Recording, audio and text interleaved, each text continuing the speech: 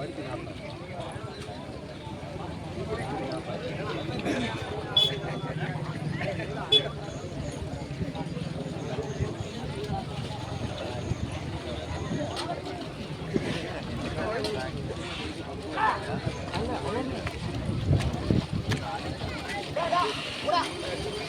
Musafir.